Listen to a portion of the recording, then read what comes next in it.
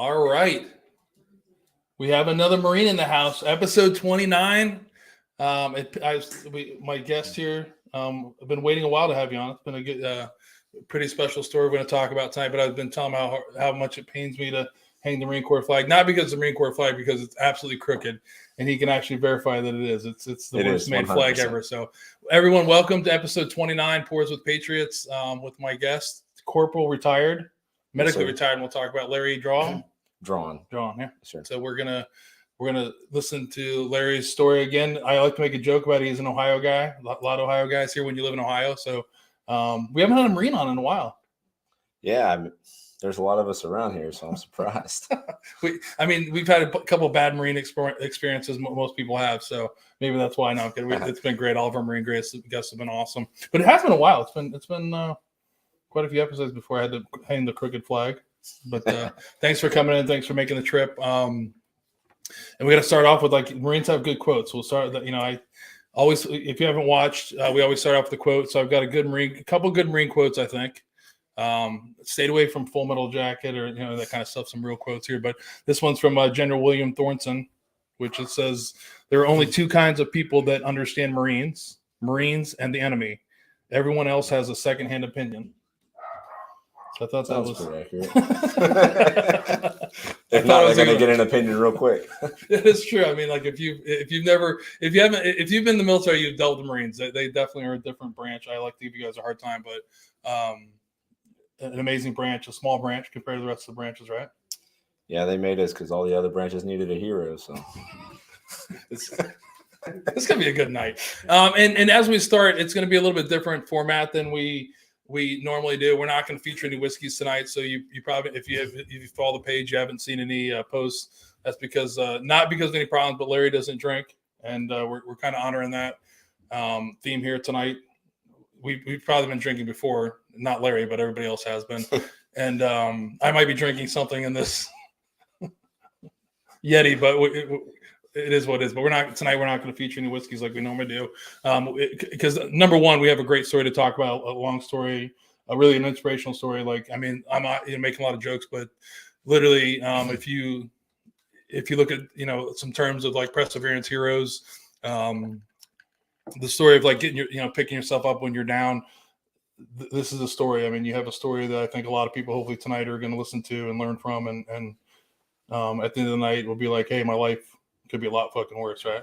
I couldn't pick myself up. I had to rely on my other guys. I didn't have legs, so. This is going to be interesting where the jokes are coming. I mean, the legless jokes he can make. I mean, I don't know. Maybe like a little bit longer. As we go into the podcast, we'll do that. But like I said earlier, Larry's an Ohio kid, right? Grew up in Dayton, Ohio. Yes, sir. I posted a couple of videos in your announcement, and number one, I think we'll talk about is you're a 9/11 kid. I call it, right? You're the kid who 9/11 happened and it changed your life, right?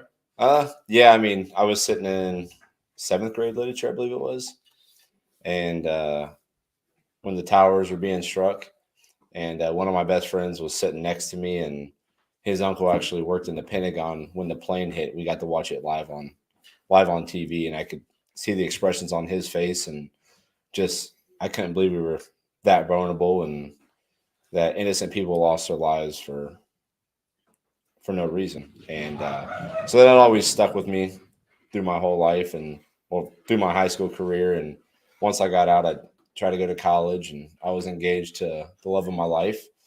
And college wasn't for me. And so I was like, something I've always wanted to do, I'm going to do it. And I'm not going to want anybody else's support. This is my decision. And I knew it was my time to get back to this country and fight for what I believed was right. And so I went to the recruiter on December 14th. Didn't tell anybody except my brother-in-law that I was enlisting, and left the day after Christmas 2006. So within a couple of weeks of signing up, I was, see ya. It's at boot camp. So what made you choose the Marine Corps? I mean, they got the coolest uniforms. But that's true. I mean, that's a good reason. No. We always talk about it's a great reason to join the Marine Corps. They do. No. It just my cousin was a Marine, and how he always carried himself, and just the overall camaraderie of everything I even learned about the Marine Corps.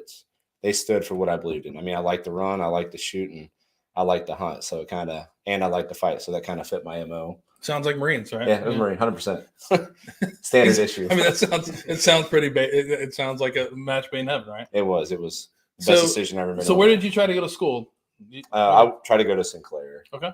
Yeah, I wanted to play baseball, and because you played some sports in high school, baseball, a little bit of wrestling, but and then big outdoorsman growing up, right, with your dad. Hunting and fishing with my dad ever since far back as I can remember, and that's all I did growing up. That and baseball.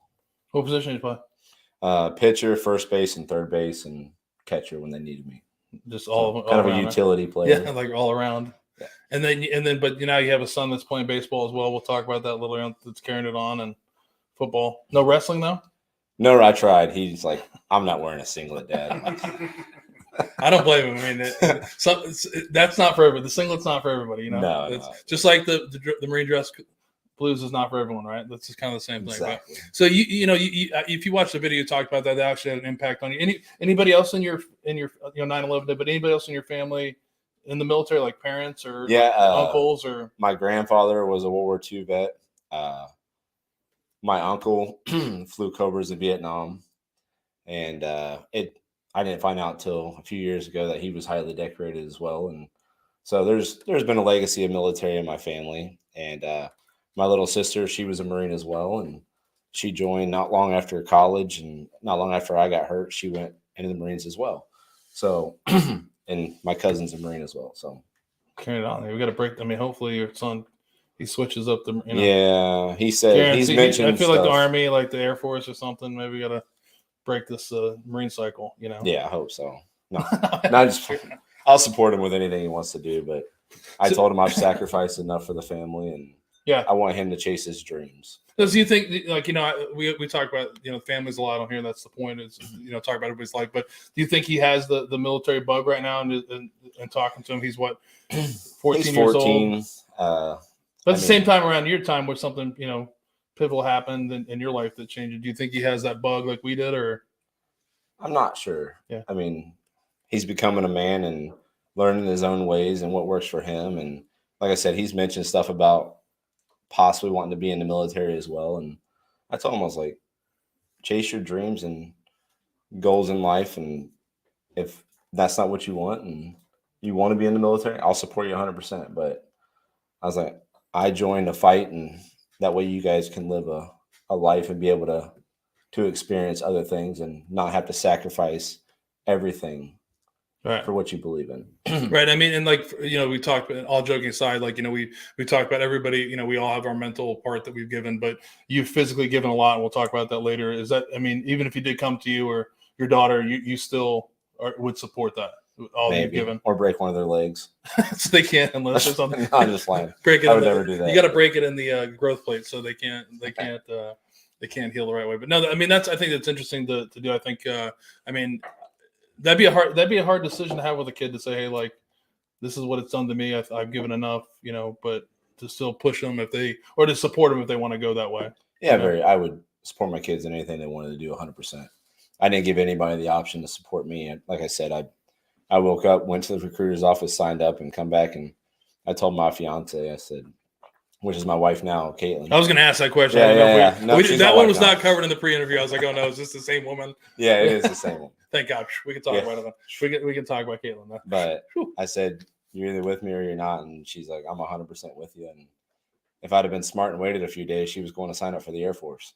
Oh, that could have changed it all for you. I know. I could have been a stay-at-home dad. Yeah, I know. You could. I mean, a lot of things could be different right now. But so after you did, you do this for yourself. You didn't get any support. Obviously, your family finds out, right? What did your family think when they're like, hey, by the way, I'm leaving after Christmas? What was the reaction? It was an initial shock. My parents didn't really want to talk to me. They were they didn't understand, I guess you could say. They were in the shock and awe stage of everything. My brother's the same way. They just didn't understand. And like I said, it wasn't their decision, it was mine. So I didn't expect them to understand. Right. And my father-in-law looked at me, he goes, when I asked you how you were going to support my daughter, he's like, that wasn't the answer I was looking for. He's like, I thought you were going to be around local, not join the Marine Corps, and then head off to a pretty kick-ass assignment, though, right? Yeah. Station. And also, Larry, we're jumping ahead, but Larry enlists, like you said, he enlisted 0311 infantry, right? Yep. Like you said, he wanted to go hunt, run, shoot. That's the way to do it. I wanted to bring guys home alive. That was my main mission. Yeah. And you actually get a pretty sweet first assignment, right? Yeah. It was once we completed boot camp and went to SOI. You get to fill out your wish list of where you wanted to get stationed. So I called my fiance. I was like, "Hey, babe," I was like, "Hey, these are the duty stations I could get stationed at. What do you want me to put as my number one?" She goes, "I'm a lizard. I love the sun. So let's put Hawaii down." I was like, "Okay." I'm like, "We're never gonna get our first pick." And then about a week left in SOI, they come down with our assignments and they said, "All you guys are going to Hawaii." And I was just like, just thinking in my head, I was like, this can't be happening. Like, really? I was like, I was happy. All the other guys, oh, that's just too far away from family. I was like, no, this is gonna be awesome. And it was. It's funny because I asked that question. I had written down, is that your first duty assignment, which your first choice? Yeah. And mine, that was actually, I had offered that and I chose Fort Hood because for the same reason I was for real. That it was so far away. Yeah, everyone's laughing. At the time, it was so far away from my family. It was like a weird thing. And like, as you look back, you're like, I didn't make the best decision. Hawaii was awesome. Right. So, Hawaii was awesome. I'm sure your family enjoyed it, right? Your oldest son, was he born there? He was born there in Hawaii. Big Pink Hospital, Tripler. Nice. So as your family's enjoying Hawaii, fast forward a little bit. Actually, you're assigned to, it's important to talk about, he's wearing the shirt, is 2nd Battalion, 3rd Marines, 3rd Marine Division, right? Yes, sir. Golf company. So, interestingly, I didn't know that, but deactivated just last year, right? Which is crazy. Sir. I didn't realize that at all. But yeah, so going to a pretty well-known Marine Battalion. Your family's staying there. You get your first taste of deployment in 2008. Yep. You deployed Iraq. To Camp Fallujah, Iraq. All right. Yes, sir. And that doesn't go very well for 2nd Battalion. No. It was a pretty rough deployment. Shouldn't say it was rough because it was a lot of missions. Wasn't too hostile. We got shot at a few times here and there. It was more establishing peace and gaining trust in the local population and trying to promote building schools. And while another company was on a mission to meet with all the sheikhs and stuff like that, it was a sheikh meeting with our battalion commander and Fox Company's commander, one of our corporals, and our sergeant major. They were in a sheikh meeting and they got hit with a 20-pound suicide vest with about, I forget how many pounds of ball bearings. And I think it was 6.68 millimeter ball bearings. And it just riddled the whole compound with everybody in it, including, like I said, our battalion commander lost his life. One of our corporals, Corporal Patriot, Holmes, lost his life. Captain Dykeman lost his life. And Lieutenant Colonel Matt Gallia. Lieutenant Colonel Gallia. Gallia, yeah. Lost his life. Our sergeant major, he did not lose his life, but he sustained some pretty severe injuries. And so that kind of really shift gears in our deployment real quick. Right. Like it's like kind of settled in, like stuff can go from 0 to 100 real quick. And the complacency being kind of a mild mission kind of ran out the door after that happened. It was definitely changed the perspective. Yeah, I think it's interesting. We talk to people, and one thing to try to educate people is both Iraq and Afghanistan. There were military forces, Army, Marines. A lot of people are doing these team building, like these trying to help the general populace and doing these kind of things. So that's one of the things that I don't think a lot of people realize. I think they were just they understand that we were just going there and doing bad things, but we were doing good things. So your battalion's over there doing that. You're trying to make goodwill, and then obviously this happens. It has to have an effect on the battalion. It has to have the effect all the way down to like the lowest Marine. That here we are trying to help these people, and this is what happens, right? So, the biggest driving home for me is I'll probably get teary after this, but me and my wife in Hawaii, we fished every day. That's how we spent our time. We fished, we swam. On the weekends, we'd circle the island getting fresh coconuts and pineapples. But we would go to the dock or the pier, the big barge pier, and me and my wife would sit there and fish every day after work. And Lieutenant Colonel Galloway would run every evening with his sons, and they would go to the end of or his son would get to the pier, drop his bike, they would run to the end of the pier, and he would hold his son up and hug him. Yeah. Yeah, and that's I mean that's the thing is like that, you know, you were making a joke earlier about, you know, officers and enlisted guys were making a joke, but you know, everybody's human, and to see someone that you see as human, even though, you know, they're in your chain of command, you know, that's a father that didn't come home to a son and to a wife and things like that, and it had to have an effect on everybody. I mean, it was a huge hit for your battalion. This stuff is all on the World Wide Web. If you want to read about it, what happens, it's awful. But it's like it kind of that first, what I would call for you had to be your first wake up call, right? That you're 100%. Not immortal, that I chose this profession that's really dangerous, right? Oh yeah. I mean, I knew what I was getting into, but it didn't really sink in until I realized how vulnerable we actually are. Right. And we're heroes a lot, but we're just like anybody else. We can be killed just as fast. Right.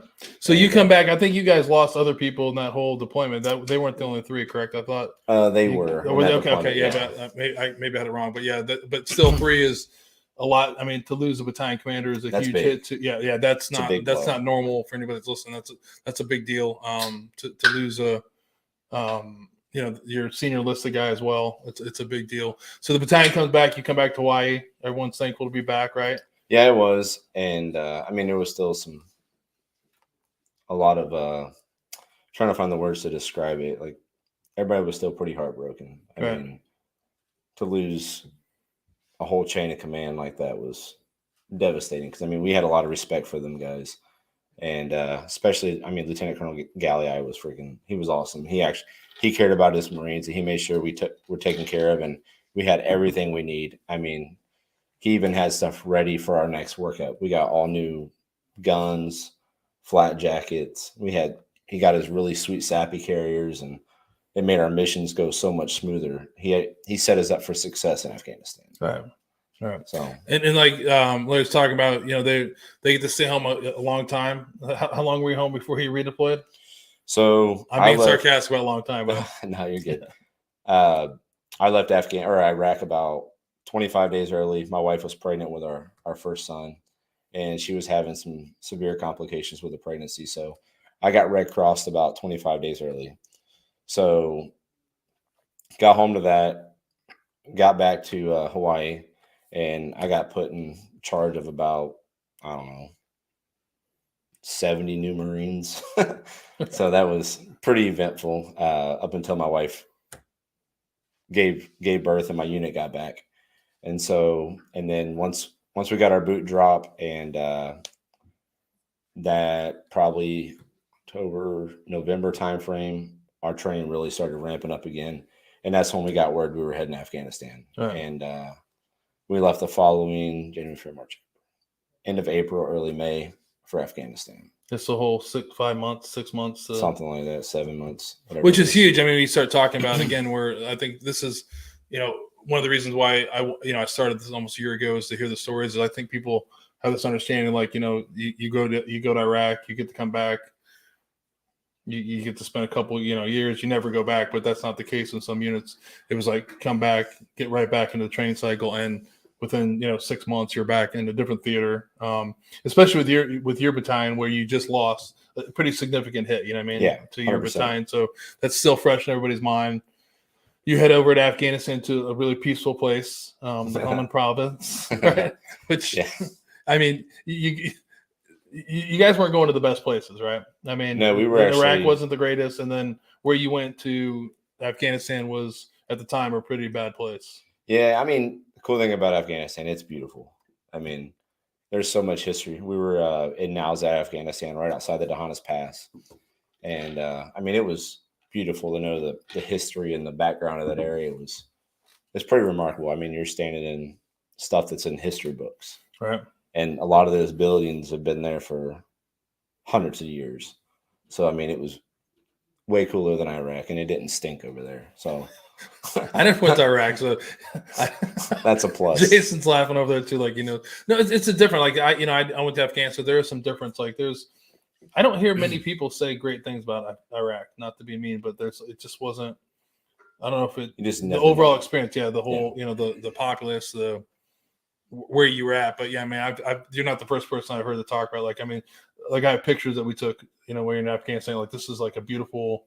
This place is great. Like why aren't more people living here? You know what I mean? Then you start to understand, the history and why people aren't. Now they've been cursed for hundreds, thousands of years to fight, and unfortunately, until something happens, that's probably what they're going to continue to do is fight. Right. So this is, I think, now we're at the part where your life changes forever, right? It's getting close getting there. So Mother's Day, somewhere around there, 2009. Yep, 2009, May 31st, 2009. Is that Mother's Day? I think it is. No, I don't know Mother's Day. I can't remember. I should have Mother's Day memorized, but yeah, Mother's Day is May. Yeah. So maybe not. Depends on who you ask. Like, so depends on what time zone. Depends on what day I was hit in. So if you ask my wife, it's the 30th. Right. Per the military books, it's the 31st. Okay. So my wife. So it's the 30th. Whenever you're talking to her about it, you don't argue with her. Yep, I don't argue. Yeah. She's right. I'm good. Life's way better that way. Yeah, which we're going to tell a funny story that he literally told like 5 seconds before we went on the air, which we're going to bring up. But so 2009, your life changes forever. You're on a patrol, Helmand Province. Yep, I'm on about my 5th patrol in Helmand Province. Now is at Afghanistan, and so leading up to that patrol, I was down at the main fob doing some training on flying UAV stuff. And I was going to use the little Raven thing we had to go dismount patrols to be able to fly for surveillance and to see what was ahead of us. And I got wind that my squad was going to be going on a combat mission. And I'm like, I didn't get word of this because I was detached from my squad and I was down at the main fob.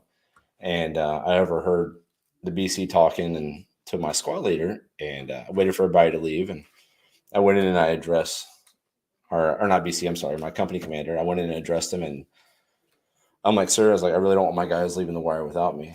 That's not why I signed up for this. I was told my squad wasn't going to be deploying, or not deploying, but going out on patrol while I'm down here training. And so with a little bit of hassle and stuff, I was able to get attached back to my squad to be able to go on that patrol. And I knew I only had about 6 hours to gear up to go on this patrol. And I'd already talked to my wife, and I told her I loved her and that I was doing some training and stuff like that. So she thought everything was hunky-dory, and which was the truth. I mean, I was supposed to lay in a warm bed and go to sleep that night and start training the next morning. And, well, that changed quickly because I'm a hard ass and stubborn. So like, before we keep going on, do you look back at that moment, like knowing where you're at now today, that do you regret? I don't regret it that decision at all. Yeah. Nope. Yeah. And so I got on the patrol. My squad leader sent a vehicle down to get me and went over the whole mission with me and gave me my tasks for the mission.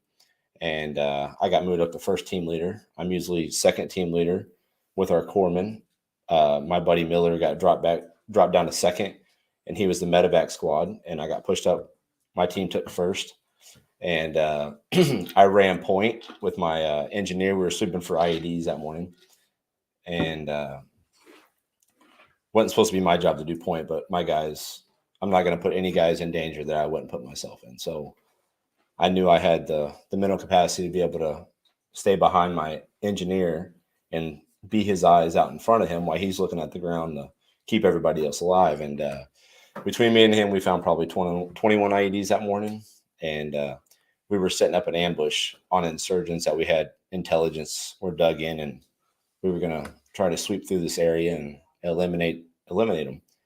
And we got to our pause where we were setting up our ambush. 7 Marines ran across the danger area. My radio operator was the last one. He gave me the thumbs up to be able to run, and he was going to cover me. And I could see the outline of his boot where he stepped. So I put my left foot there, and I went to run, and I transferred weight. I felt the whole ground levitate, and I said, "Fuck!" And a woof, the blast come up straight up through me, hit me, shattered both hands, ripped fingers off, flying through the air. My whole life flashed in front of me. I could see my dad, who was no longer with us. I could see him laughing and smiling. Excuse me, with a halo around him. Everybody I loved and I cared about, my wife, my son, my mom, everybody I loved, they all flashed in front of my eyes before I hit the ground. And my rifle smashed me in the face. And I hit the ground, realized what had happened, assessed the situation. My left leg was laying up by my head. My right leg was completely amputated. I rolled over to my guys, my rear I said, "Hey, you guys got 60 seconds till I'm dead. Save me." And I was trying to grab my tourniquets to try to get them on and realized both hands were banged up. And I was rolling over and grabbed my gun. I was clearing it back out and reloading it and to aim down range so my guys could get to me. And as that's happening, my squad leader gets to me. He flips me over and he puts one knee on my inner part of my groin to try to stop the bleeding while he's trying to get the tourniquets to get him ready to get on me. And then at this point, I'm hollering for a medic to get up to us. My radio operator is calling my 9 line, and he also did an ordnance because they thought we were taking indirect fire from mortars, and so he sent up all that. He had to do 2 9-line medevacs. He had to do a ground medevac because they couldn't get a bird into where we were, and then he had to do an air medevac as well. So that was pretty remarkable in itself. So he was a new guy. Yeah. So when that happens, you're completely I'm aware, 100% of aware. I know everything that's going on around me. Which is I don't know how common is that when you hear stories. It is not common. Yeah, it's not. Yeah, that's what I hear. Most people like they have that flashes of you're in and out, but you were aware what was going on. So I mean, what's going through your mind at that time? I mean, are you that I have to fight? Yeah. I mean, mentally, I have to fight. My squad or my corpsman got to me, and he helped make sure the tourniquets were secured. He had the stretcher, the Polish litter, and I wouldn't let him give me any pain meds or anything like that. I said, let me stay awake and fight for my life because it was about an hour track. They had to carry me on a stretcher. Yeah, that's another story that Larry, like if you've seen in the videos, but it wasn't like, if you've seen the movies, like, they move him a couple 100 yards or 1,000 yards or 1,000 meters, whatever. And a medevac came in. They actually put him on a litter and carried him for almost an hour to eventually be medevaced out of a Black Hawk, right? So my guys had to carry me for about 40 minutes to an hour. It was more on the hour side. While they were carrying me, I felt my life kind of slipping away, and I rolled over to my second team leader, Miller. I said, "Hey," I said, "tell my wife and my kids I'm not coming home. I love them." And so I felt my eyes roll into the back of my head, and my corpsman slapped me, and he goes, "I can hear the trucks coming." And I'm like, "Whatever, Doc, you're lying to me." And through all the ringing and the taste in my mouth, I could hear the diesel trucks punching through the walls, and I was able to gumption enough energy to look over my shoulder, and I see our first sergeant. It was First Sergeant Kinzer running to come relieve the guys on the stretcher to help them out. And so you hear everybody hollering at him, "Get back, get back." It hadn't been swept for IEDs because this was an IED infested area. I mean, they were everywhere. And I always tell people, someone dared me $20 to jump on a bomb, and made $20. But so as there, but anybody at that point, but nobody cared about what was really going on. It was more of like getting you. I was number one priority. But so in that whole blast, no one else was hurt, just you, right? Nobody else was hurt, just me. I mean, I'm sure there was some ringing ears. Right. It shook the fob 2 miles away. So there was definitely some ringing ears. Right. So as they're carrying me, they get me to the medevac vehicle. As they're lifting me up, I rode over to my best friend. I said, "Mario, he's big Mexican dude, he's my best bud." And I said, "Don't tell my wife, she's gonna fucking kill me." He's like, "That's the least of your worries, but she's gonna kill you anyways." But that's all right. No. And I had lost they said I had lost over 70% of my blood before I got to the vehicle. And so they get me in the back of the vehicle. They rip my gear off. I had 640 mics on my waistband and 2 hand grenades on my chest that didn't go off, and a crap ton of other munitions on me. And so I felt the needle go into my heart. I felt my sternum crack.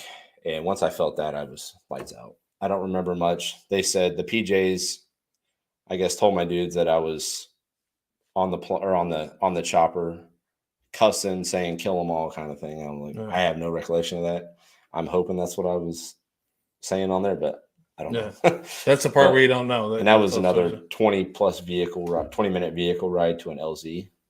So, and then I had probably another 40+ minute helo ride to a hospital. So you were in bad shape for a couple hours if you look at least, which is that's a long time if you look at the numbers of people that have your injury that survive. That's a long time. There's a number of there's a golden hour. Yeah, and that I think you kind of went. I superseded the golden hour. Yeah, your chances of survival drop 70 or 75% if you don't reach a field hospital in the first hour. So I was probably on that 85-90% chance of not surviving. But my guys did their job, and they were a well-oiled machine and did what they had to do and brought me home alive to my family. So the interesting thing at where this point, before we keep going, is I'm at a loss words. The fact that you shared a couple things, both deployments were up to this point where you almost lost your life, right? You described fighting for your life, and during that time, I think I saw you smile like 4 or 5 times on it, and then you talk about losing a battalion commander the year before that just got you choked up. So I think that's important for people to see. Is like I'm shocked by that. I would thought that this would be the point where you'd be fighting back the tears more than telling a story about somebody else. You know what I mean? Yeah, there's a part of my story where it kind of hits me a little harder. Yeah. I mean, this is now that I've talked about it, and I mean, this is 13 years later now, almost 14 years. And I mean, the more thought I put into it and how everything kind of came about, I'm thankful that I got hit and not my guys. Right. I think that would have destroyed me more. Well, that's what I was that's what I was hoping you to say, because I saw that you getting choked up about your battalion commander and seeing that somebody else. Like none of us want to be somebody else. It's more like I'll take the burden, I'll take the pain for everybody else, especially if you're in a leadership role. And that's kind of what I'm hoping you'd say is like you volunteered to do this. You could have been doing that. I mean, there's a lot of thoughts in your mind where you could say, hey, if I would have just said no, maybe nobody would stepped on the ID that day, right? The guy in front of you didn't. Yeah, I mean, it could have been Miller, it could have been someone else, but. Yeah, I mean, we had our platoon commander on that patrol. Our company XO was on that patrol as well. So, I mean, there was 2 officers that stepped on that bomb before I did. So there's a good chance one of them could have hit it on the way back through, or our medevac, if we would have taken small arms fire or machine gun fire or whatever, and they had to transport guys back on a medevac, they would have had to go through that same area. So that could have killed a guy on a stretcher that was vulnerable from facing up or down on a stretcher. Right. So, I mean, I'm a believer everything happens for a reason. And I mean, if it wasn't me and it was somebody else, that they might not have made it.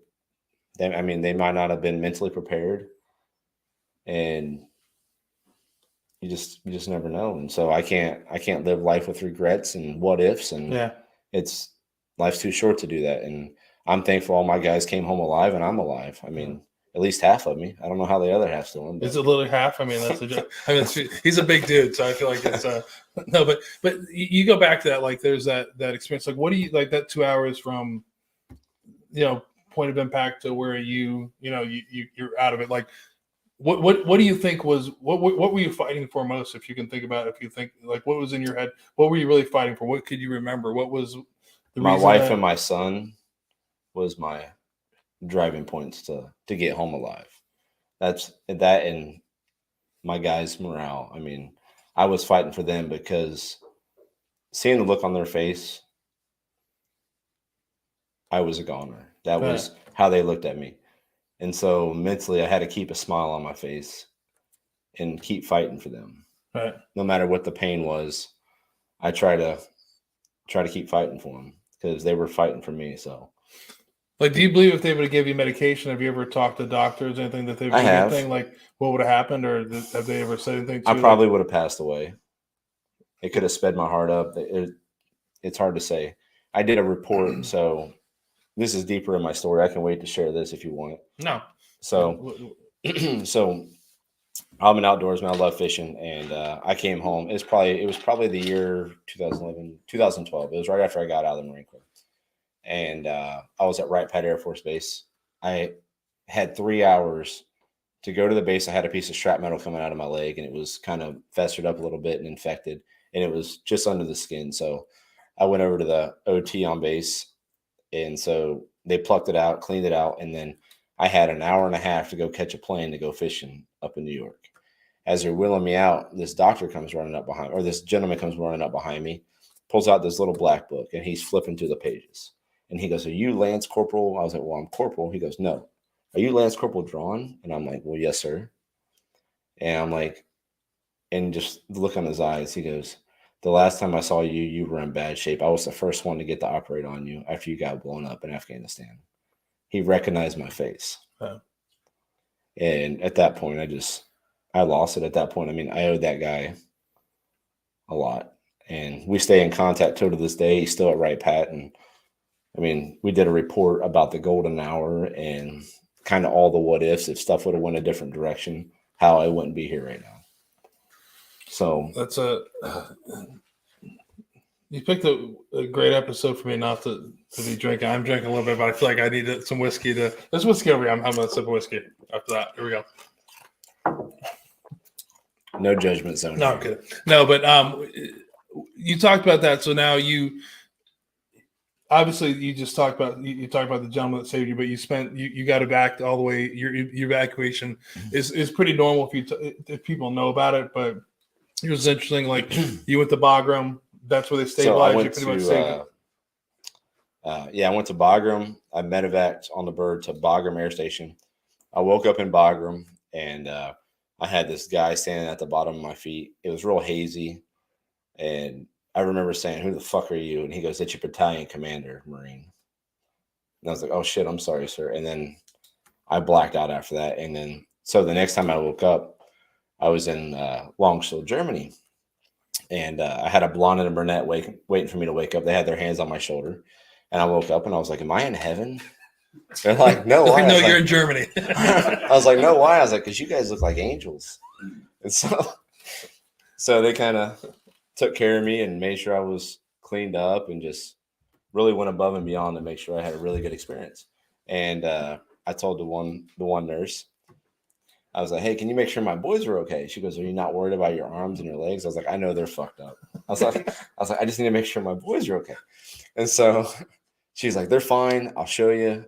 And I was like, "Can you call my wife and let her know my boys are okay? We can still have another baby." And that I got as a placard for handicap placard for Black Friday shopping. So that was the first phone call message my wife got from me. And she was probably thrilled about those. Not amused. Yeah, not at all. Yeah, yeah. But so like to rewind a little bit, because obviously you're coherent when this happens for 2 hours. You know the extent of your injuries. Was it in your mind at that time, were you fighting for life? Did you actually know, like, "Oh shit, I've lost both my legs"? Or not? Did you? I knew they were gone once I hit the ground. Okay. I had already assessed that situation. Okay. I mean, my left leg was banana peeled, laying up next to my head. So I knew there was no saving that one. And then when I try to stand up and get up, my right leg and my foot wasn't even around. No, not to be graphic. I just wonder, like, there's a time, like, I think there's I can, picture a lot of things, like, and I'm, like you're fighting for your life, but you're thinking, so, you're trying to be positive. Like, maybe this is but you right away, you knew this is like, hey, it's so when you wake up in launch school, you're a W amputee. Yeah, 100% already knew that. I didn't know the severity of my hands. That was the only unknown, really. I knew fingers were dangling off, and I knew I could use my thumbs and my middle finger here. And that was the only thing I knew I could really use. And I mean, everything else was a bloody mess. And I mean, in my head was ringing drastically. I mean, from getting launched straight up in the air and landing back in half of me in the crater and half of me out in my head smacking the ground and my rifle smashing me in the face. I mean, it was just like being in a church bell and somebody's smacking it with a sledgehammer. The amount of ringing and percussion that was going in my body was unbearable. I think that was the worst part of the whole pain, was the overwhelming, like the ringing sensation. So how long did that last for? The ringing sensation, it never subsided. Right. So it stayed with me the whole time they carried me. Right. So from what I heard, it was the percussion and the explosive. Right. So they said it was a 155 that hit me. So I had a blast. Yeah. You did have a blast, a hell of a blast, and a hell of a ride, like a ride that not many people come back to talk about.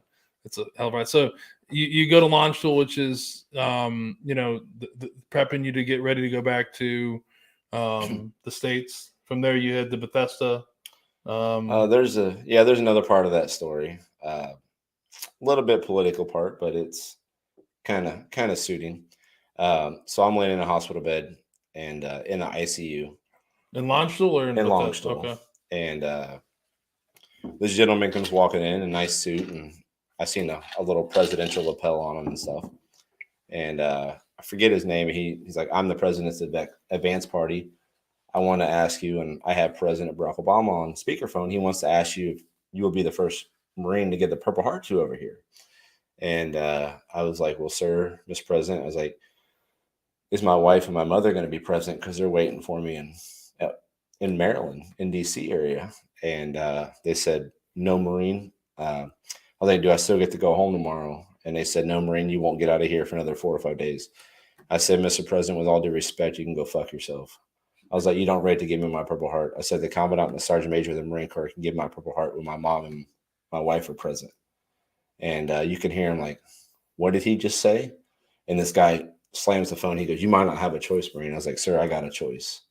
I was like, "If you can't wait for my mom and my wife to be there, I don't want it."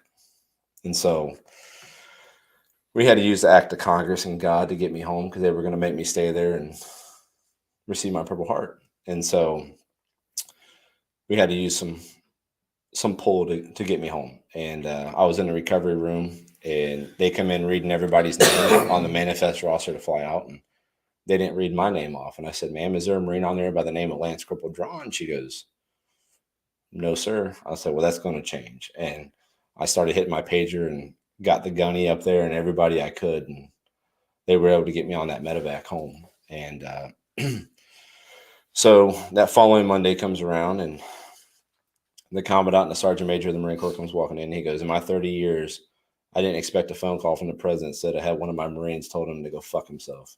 He goes, "I'm honored to pin a Purple Heart on you any day, Marine." I was like, "Well, it's my choice. What are they going to take? My legs?" Right. I love how you can throw the leg joke around. I like the all leg time. jokes. I feel like I feel like I want to make a leg joke. I can't. I started the day off on the wrong foot, so I changed feet. I feel like you have to. This many years, you've like soaked them all up, right? You know, I had nothing better to do. You know all the leg jokes. You got them all. But you go to you. Was your wife there though? Yep, she was waiting for me. Once I got in, she got to see me when I got to Walter Reed. Once I got to Walter Reed, they got me established in my room, and so that's when all the fun started. She walked in, my wife walked in, and I said, "Do not cry. Don't shed a tear for me." Right. I was like, "I need you to be there. I need you to support me. I need you to be tough love. I need you to help me get through this. Right. I don't need you to beat yourself down or anything else. I want you to fight for me, and I'm going to fight for you." And so she never shed a tear around me. And but she had to behind. She did. Scene, 100%. I mean, when she there's a video like we were talking about your wife being hardcore. Like she's hardcore. We were watching a video, and like there was like you were. And we were talking about when it was the homes for our troops, right? There's a video of you talking about that, and like you're kind of like smiling, but your wife is just like, she's a businesswoman. She was like dead serious. So she keeps me in line. Caitlin's like, yeah, but I feel like everyone they have to have the I mean, she talked about in that video, I think, or another one that she knew right away pretty quickly that you were in bad shape, right? Yeah. So when she got the initial phone call from the Marine liaison, I was a torso with a head, that I had no arms and no legs. So she got the worst case scenario besides me being deceased than not. So So you thought it was more important until you got the boys, but not your 2 arms. yeah, I mean, It's, what am I going to do without that? 2 arms, no legs, but I got the boys. She's not that. I'll definitely fit into society nowadays. So that's I'm sorry. No, but I mean, that's a tough call because again, you're talking about you got to go back in time again, where if this had happened 4 years ago, it might be different. Or even 5 years ago, you're talking about 2009. There wasn't like a really good communication going on, so she's thinking the worst. And she saw you first time as Walter Reed, right? Yep, first time. How many days after the? Like 3 or 4 days, so pretty quick. Right. So I mean, they got me stable and ready to get home pretty quick. I mean, the medevac flight was horrible. That was the most painful ride of my life. C-17. How many? Yeah, I just couldn't get comfortable. Just how many people on the bird with you? Just you or no? There was probably close to 25 or 30. There was a lot of people on that bird. There was a lot of wounded on that bird. So, and I have to imagine that you were probably one of the most severe wounded that were coming back. Pretty close, yeah. Yeah. That's crazy. So that's where the fun starts, Walter Reed, right? Yep, fun starts at Walter Reed. So now it's time to. I'm in the Bethesda is where I didn't. Sorry, I came to Bethesda. Okay. They can join now, so I'm confused. So they medevac me into Bethesda. Sorry, that's where they transported me to was Bethesda. That's where the first time I saw my wife was at Bethesda. I'm sorry, and so they got me in my room. It's on the 5th ward. That's where all the combat severely wounded go. And so started my rehabilitation. I had some surgeries, some wound flushes they had to do, some final closures. And I'm laying in a hospital bed, and that Monday rolls around, and Commandant, like I was saying, come in and gave my report.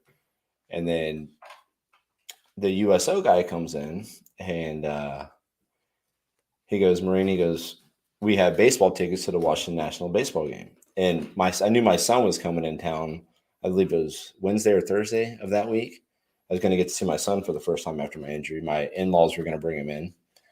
And the USO guy's like, hey, we have presidential tickets, awesome seats at the Nationals game. And I love baseball. And I'm thinking to myself, like, I could take my son to his first Major League Baseball game. Like, how awesome would this be? And the doctor looked at me and said, there's no way. They're like, dude, you're not going. You're not going anywhere. We're here the tickets to everybody else. And I was like, well, what do I have to do, doc? He goes, you got to be off your catheter. You got to be off all your IVs, and you got to be on oral meds. And so I started trying to rip out my IVs. And Andy's like, you got to be able to transfer to your wheelchair. I was like, well, call physical therapy. And I hadn't been in a wheelchair. I hadn't had a bath, none of that stuff. Hadn't been able to transfer. And so physical therapy, I spent the next 2 days gaining the strength. I started eating again. I didn't want to eat really. I just didn't have an appetite. So my wife, the only thing I would eat was a McDonald's milkshake. So my wife went to McDonald's and had them put insures in it. So I got the nutrition I needed to get my energy back up. And within a couple of days, I was able to start transferring stuff, and I was able to meet my son downstairs. And how old was he at the time? Not that old, like 18 months. Yeah. And actually, he was a year old when I got hit. So, because he was born in September, so he was a year old when I got hit. And no, he'd be 18 months. I'm sorry, my brain's kind of messed up now. It's justifiable. I mean, you have a good excuse. I mean, like, and people have, I'm usually better, but so I was able to meet my son downstairs, and he didn't get to see his dad in the hospital bed, and that was my main mission. I didn't want him to see his dad in the hospital bed. And so I get back to the room, and the doctor approved me to take my son to his first baseball game on Friday. And they let me stay out in town stay at the Fisher house with my wife and my son that Friday night when we got back. And within 14 days of being stateside, they discharged me from the hospital. So I transferred to Walter Reed, and they let me go within 24 hours. I was able to stay with my family. I was the fastest guy they've ever had recover And the Fisher House is like there's it's a charity that for wounded and It's charity for wounded in and the anybody that needs a place to Yeah, stay if safe. they're seeking medical at any of the VA hospitals or military installations. All right. And it's another great charity, another great organization that helps out a 100%. lot. So that's crazy. I would have thought I would like to know what the doctors think about you doing that. It's like to go. Are you a Nationals fan? I mean, I was just a baseball fan in general. But after that, I feel like you have to become a Nationals fan now. I was. So the cool thing about it is, like I took hitting lessons from Adam Dunn, and he was their first baseman. So I got to talk to him again since I played baseball. So It was pretty cool. So, and we did that at least once a week or once every week. They gave us tickets so I could continue to take my son to a Nats game and have awesome seats and get to experience a great sport. I mean, it was. I think there's other ways you can get tickets other than that. I think that there's better ways to get tickets. I'll lose my legs again for those seats. They had to be good seats, right? Oh, they were awesome. Free food, everything. Like, it was amazing. I'd lose my legs for the unlimited hot dogs again. No, I've never been in that stadium though. It's beautiful stadium. I've heard it's awesome. Really nice, great seating there. So you Walter Reed outpatient. How long before you're back in Dayton? Back home. So how long before that whole? I moved back in 2011, the summer of 2011. I had so many days accumulated of leave, so I just took the rest of the leave and I retired October 30th, 2011. So most of your rehab is done still out of Walter Reed. About 2.5 years at Walter Reed. Okay, so that whole thing. So how that process happens? I mean, if you followed along, it's like. Correct me if I'm wrong, but I feel like a lot of people think somebody loses their leg and nowadays they get a prosthesis, everything's good to go. That's not the case. It's not that case. Yeah, that's not the case. So a lot of people it goes really well. For some people it doesn't. So when's you're in the wheelchair now, you're enjoying the games with your son. There comes a point where you've now gotta if you want to walk, you gotta get the prosthesis, right? So how long does that take place? I'll back it up a little bit. When I'm laying in a hospital bed, I got to talk to some of my guys that were over in Afghanistan. I made a promise to them. I said, hey, I'm going to be at the bottom of that airplane when you get home, and I'm going to be saluting you guys standing up. And they said, they're thinking of mine, there's no way he's going to walk before we get back in 5 or 6 months. And so I had another month or two before I could wear. I had a wound on my leg that wouldn't heal. And because when they set those IEDs off, they put a lot of manures and anything they don't want the blast to kill you. They want you to suffer. That's their main goal. They want you to suffer. And thankfully I didn't have any secondary infections or anything bad like that happen. And that's why they do the wound bags. So kind of lost my train of thought a little bit. Got off on another tangent. You're talking about meeting the guys at the. Yeah. So I promised my guys I would meet them at the runway. And I knew it was kind of a far-fetched idea I thought in my head. But I knew it was time to start really, really pushing myself in therapy. I knew it was another month before I could wear my leg. So I knew my doctors and everything told me I needed to have a strong core. So did ab workouts every day with my therapist. And they got me fitted for my legs. But it was still some time before I could wear them. So that came around. It came time to be able to get my legs on.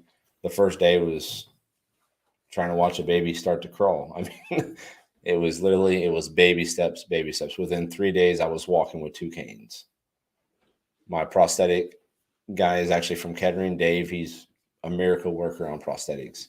And he got me up and walking in a few days. And within 30 days, I was carrying my son again.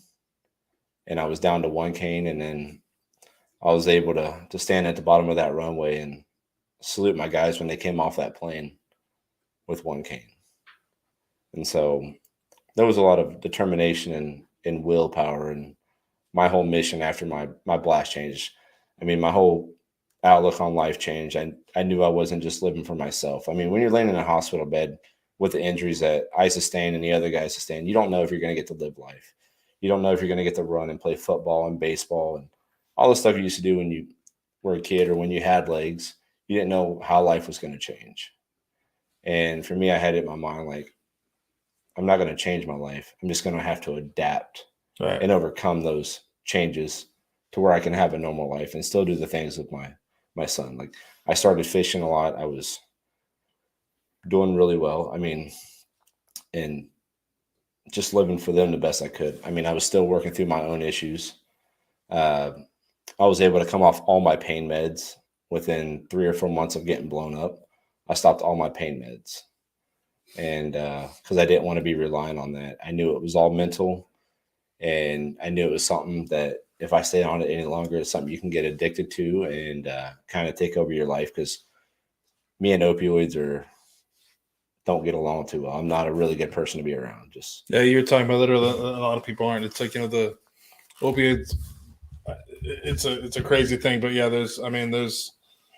I'm the same way. Like, I've had a couple surgeries now. I haven't had my legs blown off, but you have surgeries where that's the first thing I want to get off is I don't like that fuzzy or hazy feeling. You feel that weird, like, out of control. It's better to just be in that, like, and once it starts to wear off, that zone, and then you're just like, it's a crazy thing. But yeah, I mean, it's interesting to talk about, like, and it's, we're an hour into this, and most people would be like, Larry's just hanging out. He's got his cool prosthesis. He's got a wheelchair. He's not doing much in life. He end up, like, ramping up and doing some amazing things. But, like, this is what's crazy about why I brought that up is there's tons of people that, that there's actually actively people that they've lost legs and they got back into the fight, which is a testament to, the person, obviously the strength that you had to get through that. I think that's the number one thing.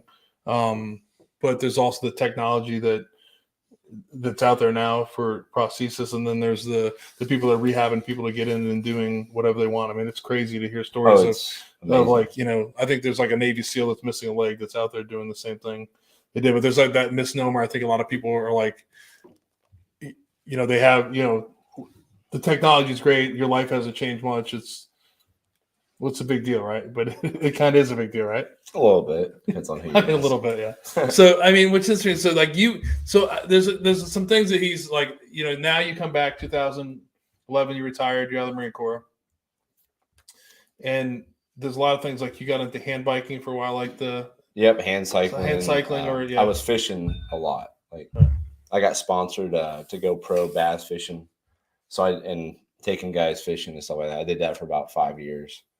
But hand cycling, what else I seen? Well, I mean, when I was in Maryland, like, I mean, I played hockey. I feel like you're living your best life after.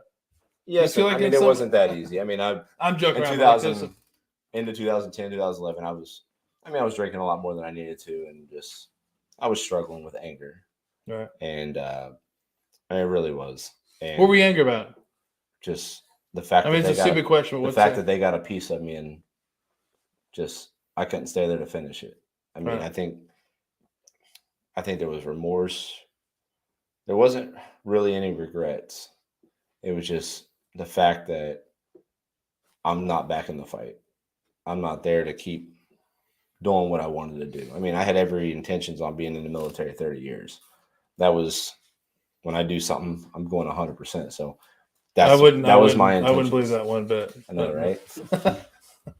And that was my sole intention. Is so you talked about some of the videos like PTSD. It's one of the things that, it's like I think we should talk about. So when did you still have it, or what do you think? What's your concern about not being there? Like you didn't dictate your own terms. What was really driving your? You said anger. Your anger, and like you said, you did suffer from PTSD before. Yeah, still maybe now, Yeah, I mean the PTSD now, like I've learned to use it in good ways. Like I profile everybody. It's just unfortunate, but that's how the military trains us. Never be complacent. Mm-hmm. And so I've been using it in a lot of good ways, like hyper vigilant, hyper aware. There is some noises that'll kind of trigger my alarms and put me in different moods, but I've learned to kind of adapt and overcome what's bad for a lot of people. And I think a lot of it has to do is I don't have regrets, and like especially in the military, I didn't do anything I would regret. I mean, I went over there to protect my country and bring guys home alive. But we have to talk about that, though. Yeah. Like, I think you say that, I believe you 100%. But I think a lot of people be like, you're working on, if hearing your story, you're a detachment squad. If you would have just not, kept your nose down and did what you're supposed to do, you could still be in the Marine Corps now, and it's 2023. I'd be like some of my buddies that are first sergeants and master sergeants. So I mean, why? How are you able to get over the regret? Where is that? I mean, that's not. I think that's not a very. I was talking about some of the things before that. The regret thing is, I think, a lot of what haunts a lot of us. Like 100%. So like, what is your? Is it just because it wasn't? Well, I mean, even before the military, I told my wife or my fiance at the time, I was like, I'm doing this with no regrets. So I was already mentally kind of, I mean, you can never be 100% mentally prepared for what you're going to experience or go through. But I said I was going to do this with no regrets. And I mean, we look back and there's always one thing you would regret, but I can honestly say in the military, there was nothing I regretted. This is what I signed up to do. I knew the consequences. I knew the outcomes, and I knew I signed up to bring guys home alive. Whether that was me coming home deceased or missing limbs, every one of my guys that I trained with and fought with are home alive. Right, and your battalion didn't lose anybody in Afghanistan, correct? Oh, we lost. Did you guys? Yeah, we lost a lot. Okay. But none of my squad passed away or got injured except me. So I think that's a win for me mentally. And I mean, if I wasn't there, one of my guys in my squad passed away. I mean, one of my really good friends, Whittle, passed away. He got KIA, and I mean, a lot of my friends did get killed, but they weren't under my direct command. So I mean, and when I speak to other military dudes or guys that are thinking about going in, and I tell them the same thing. I say, do this with no regrets. You'll have a much better life afterwards. So like the regrets, like you don't have regrets. Like, so you talk to your wife is there, you talk about fiance, like, does she have regrets for you? Has she ever, I mean, I know you told her, don't cry for me. Don't, help me push it. But do you think she has regrets about the decisions you made? Does that make sense? Like, does she, when you hear stories, like, have you ever had that discussion with her, or it's just better not to? We've talked.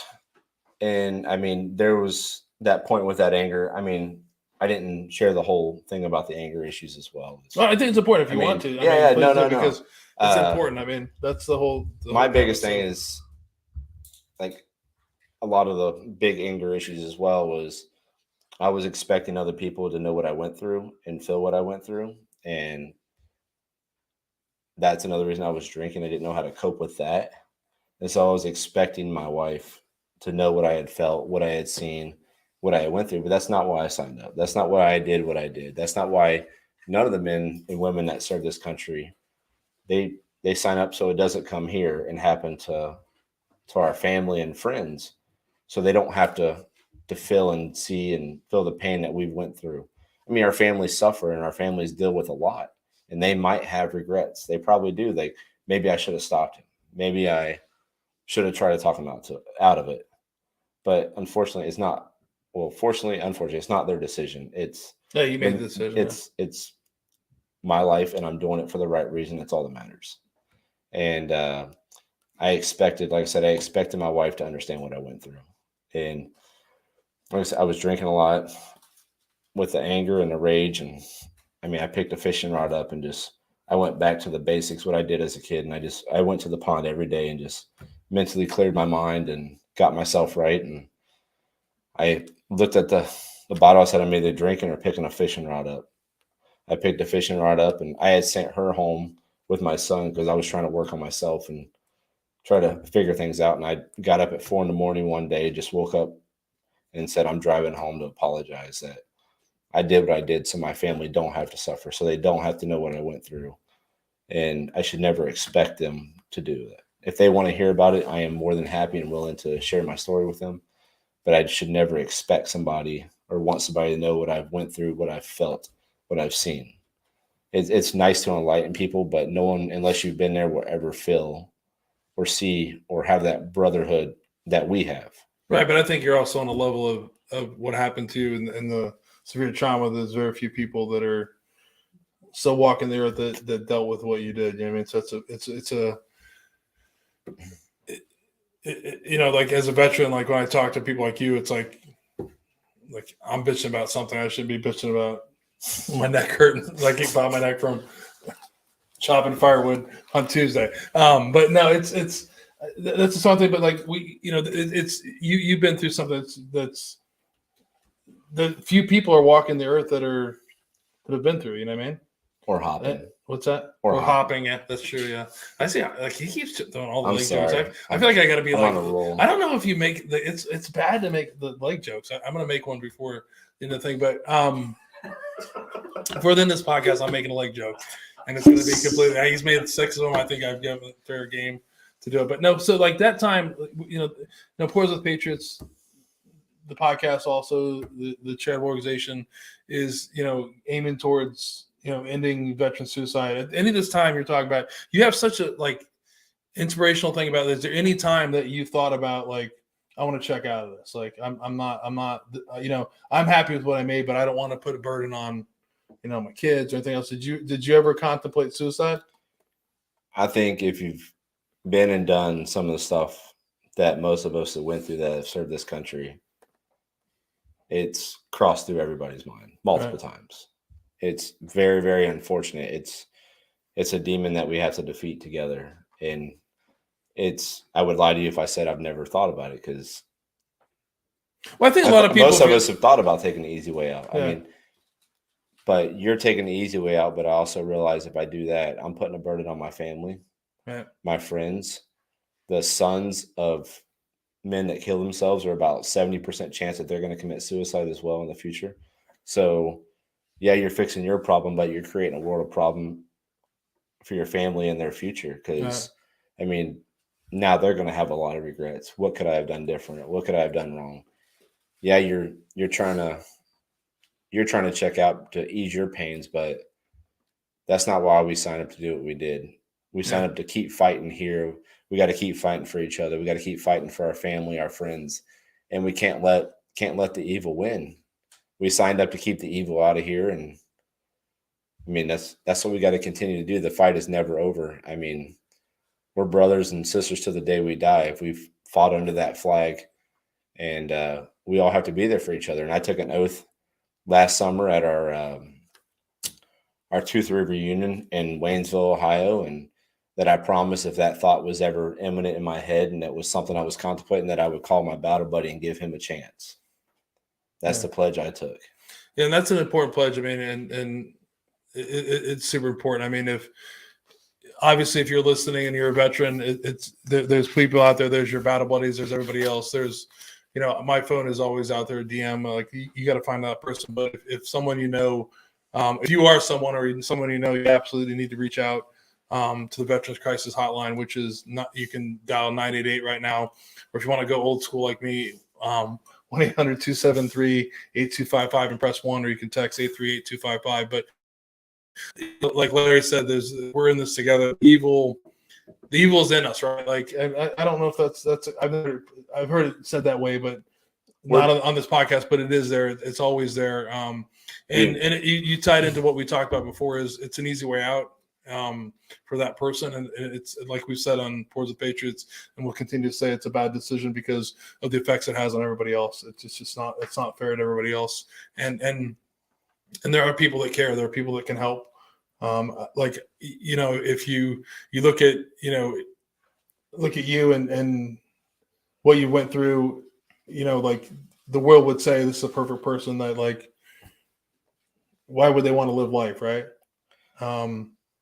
And I say, fuck that. There's a lot of reasons. Like, I feel like you, and we're going to get into, I hope we get into it now. Like, you've been living a great life since then, right? You've been doing some amazing shit that like, we're going to talk about here next is like, you got into hand cycling, hunting and fishing, taking veterans out there and sharing your experience and your love for the outdoors, which is proven to be a great thing for beneficial. veterans. I mean, life changing. So, yeah, for a lot of people. For a lot of them. Yeah. I mean, even on the other thing on the Veterans Crisis Line, I mean, if you can't get through or if that's not helpful, I mean, I have a lot of friends that are law enforcement. Pick up the phone, call your local law enforcement and say, hey, is there anybody that's military, that's law enforcement that can come talk to me? I got these thoughts.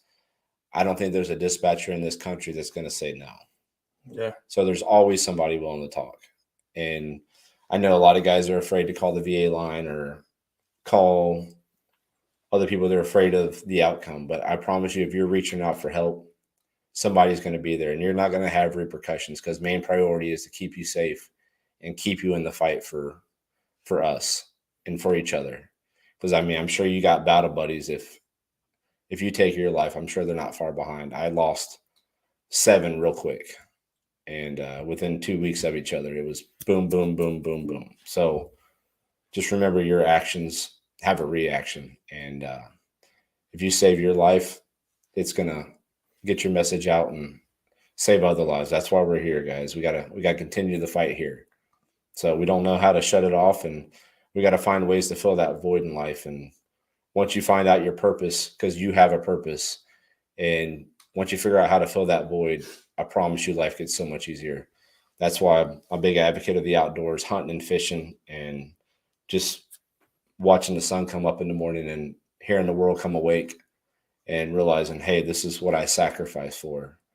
And if that's the little bit of hope you have and a little bit you can grasp, start there. I promise it helps. It will definitely save your life. Yeah, I think you said before, there's a trickle effect. There's a lot of numbers that once you make that decision, it does start that domino effect. And I think in the military, it's one of the things. It's pretty easy, and not to put it. We don't put more pressure on people that's making that decision, because I understand that decision. Like you said before, all of us have felt that way. A lot of people, not everyone, but a lot of people have felt that way, right? I've talked about it before. I've thought about it, and I'm kind of like you. I'm too hard-headed. Like, I don't want somebody else to win.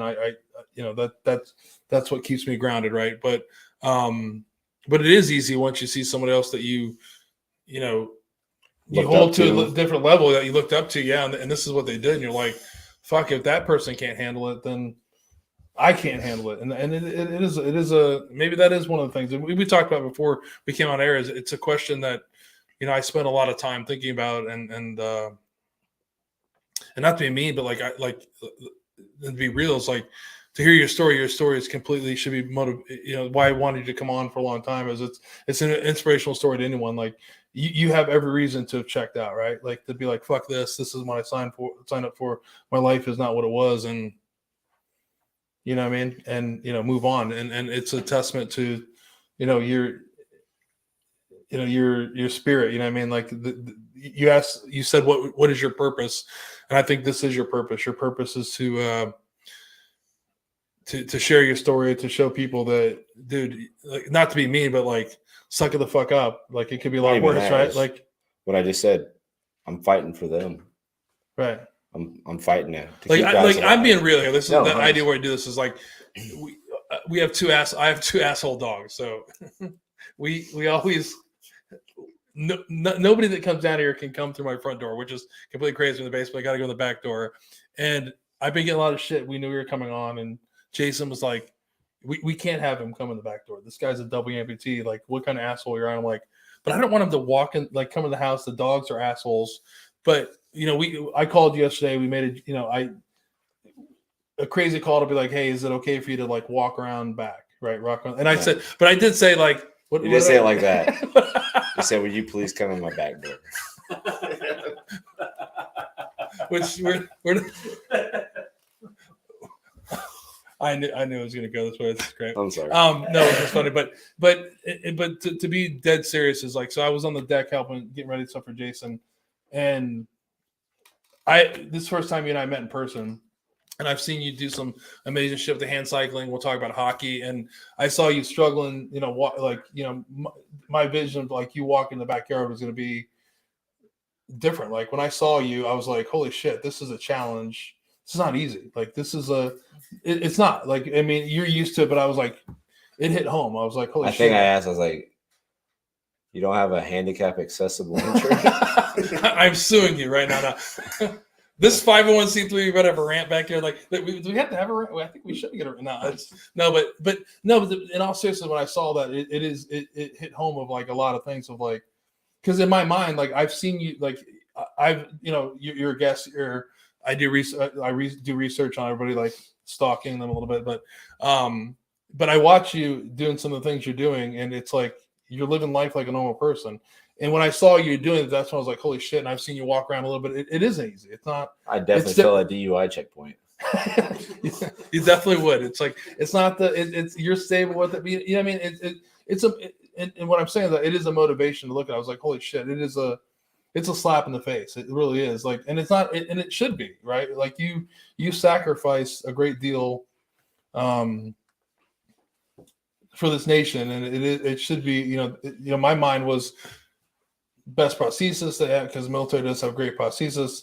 Here comes Larry, just me strolling in here, and I'm like, that wasn't the case. It was like, holy shit. Like, I felt bad. I'm like, maybe we should let the dogs bite away at the titanium legs, and they'll learn a lesson. I don't want you to have to pay the demo. I don't want to pay the bill on that whole thing, but no. But like I said before, is like I don't know. Like, I didn't have this question, but what is your purpose in life? What do you like? Why were you saved? Why what do you look back right now and say, like, why is Larry? Because if you listen to your story is crazy. Like, in the point of that 1 hour, like what that you lived through this and the extent of your injuries, and we haven't talked about it. Like, like your left leg is above knee amputation, right? Right leg is below knee. This is like, these are significant wounds. The best of both worlds. That most people didn't live through, right? There's cases that there's few a lot people that did. that don't make it. I mean, especially the amount of time it took to which is from point A to point B. And then from point B to point C, and then C to D, then D to E, and then all. Yeah. But so what do you think when you look back? What do you think is Larry's purpose? Like, now, why did that happen to you? To help heal hearts and minds, and get guys in the outdoors, and help give them a purpose and a reason to live. I'm 100% sure that's my calling, is being at the right place at the wrong time to help save guys and keep them fighting. I've been very fortunate to answer my phone at the right time when I shouldn't be answering my phone to save a life. Right. And one quick example, I'm not going to say any names or anything, but my one good friend, he knows I'm an avid deer hunter, and he knew I was out of town deer hunting. It's 5:00 in the afternoon. You're in a deer stand. You never call them at 5. That's a witching hour for deer. That's the killing hour. Like, you don't call. And I looked at my phone ringing. And I was like, man, he knows. God damn it! Who is this? No, so I answered my phone, and it was one of my good friends that was going through a bad place, and I was fortunate to be around some people that helped make good decisions and get the help needed for this gentleman. And I was like, God's got a sense of humor, so. Trying to stand up and pee out of a tree stand on prosthetics. That's pretty classy. So I'm standing up about midstream, and I look over and I see one of the biggest deer I'm ever going to get a chance to shoot with my bow at 20 yards, licking a stick. And here I am starting to trickle out of a deer stand. Like, oh gosh, this is going to be eventful. So I had to sit down with it stuck in the zipper and still trying to pee and get my bow and lean out of a deer stand. And this thing stops at 19 yards and thwack. And I looked up, I was like, you got a sense of humor, but thank you. I was like, it was pretty remarkable. I was like, pretty memorable deer then, right? 100%. Like, I look at that deer all the time. Like, you caused me zipper burn and a warm leg. Well, not really a warm leg. Yeah, you don't have any legs. So warm. I just warm spray them off thigh. with a water hose when it's like 40 degrees outside. But there's another leg joke. Damn, I can't even sneak them in. He's too fast. My best one is like, these things cost so much, I'm gonna be walking down the wrong street at the wrong time. So I'm just gonna take my legs and put me on blocks. So how many sets of legs do you have then? Is there a set? Is what you're wearing now, like what you have? These now, are my main. I do everything in these legs now. So I got some other ones and stuff, but I mean, I go through legs like women go through shoes. So I'm pretty hard on them. So, like, how much is it? How long does a set last you? Or about a year to 18 months. I can usually wear through them pretty quick. And military covers all that now. Yeah, the VA they take care of me. So. Where do you go? Where do you have to, is that local to? Yeah, the Dayton VA. Okay, so you don't have to travel. No, it depends on what I have to have done. Like, I usually go back to Walter Reed Bethesda if I need some stuff, or if they got something new they want me to try or whatnot. I can jump back over there. So what other sets do you have? You said these are your main ones. I got some swimming legs, like cycling legs, which I don't use. I have my running feet, which I ain't running anymore. I'm just gonna hand cycle and play sled hockey. I'm not running. Because I was watching the one video, like They call me Tink Tink. Because I was watching the one video, and this is where I'm gonna make a joke finally. Like watching one video, I think it was when you were talking about the house, and they're interviewing somebody's, or no, it was the 9/11 one, and they pan your house, and there's a stationary bike, and I'm like, that is some of the worst camera stuff I could be like, because I'm like, whose fucking bike is he riding on a bike? I can ride a regular bike. No, I know, but it was like, but I'm like, that is not something you want to put on the video. Maybe just, I literally was like, whose bike is that? Is he riding that bike? I'm looking like, it was crazy. I mean, the video was, I mean, I don't, whose bike was it? Whose stationary bike was it? That's what I want to know. Remember. I ain't seen that. It was only a couple years ago. I've probably not seen that video. I'm sure I have. No, but I don't remember. I've seen a lot of things. But I'm like, holy cow! But that's great. But no, so what you've done, like, so you got into some pretty extensive sports. So hand cycling. Well, I mean, so I played sled hockey when I was at Walter Reed. I played on the USA Warriors team out in Rockville. I forget, around that area, and then moved back. But you didn't play hockey before that, though. No, never done it before that. And so I moved back to Ohio. Quite a few years went by. I didn't know there was a hockey team in Ohio, and ran into one of the managers, and then one of my other buddies who's an amputee actually played on the team as well. And so they finally got me out a few years ago to start playing again, and kind of rekindled that passion. And so I play for the Ohio Warriors. This is my third year with them. And so what are where's your home rink, Ohio Warriors? We're in Columbus. So we do like Dublin and Taft, and then oh gosh, what's the other one? Chillers. Okay. So wherever we can get ice time and stuff like that. But the main one is your schedule to come out and root you on. I mean, yeah, it'd be awesome. So is it like a bunch? Hockey. My brother-in-laws both played hockey, so sled hockey's still got to be pretty. Oh, it's violent. A blast. Yeah. Is it still pretty contact? It's not like 100%. You guys are. I'm kind of like the juggernaut. So my first 5 minutes on the ice, I'm coming to.